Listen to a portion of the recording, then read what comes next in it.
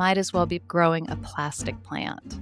Gardeners are starting to lose their voice to the ecologists. Now, why do I care? I care because there are a lot of people who are put off of gardening when there are too many rules. And it really does start to feel now like there are too many rules. I was interviewed by a young journalist 6-7 months ago.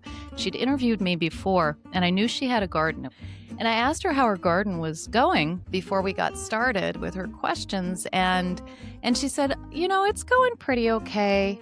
I thought it was going better than it is, but I'm finding out I'm growing the wrong plants. She's 30, 31 maybe, a new gardener. And I said, what do you mean you're growing the wrong plants? And she said, well, I interviewed X from X, which was a large organization that should bloody well know better.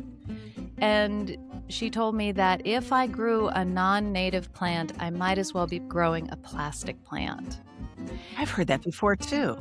It is the most ridiculous thing. It makes zero sense. That is just so sad to hear. That would drive me crazy too.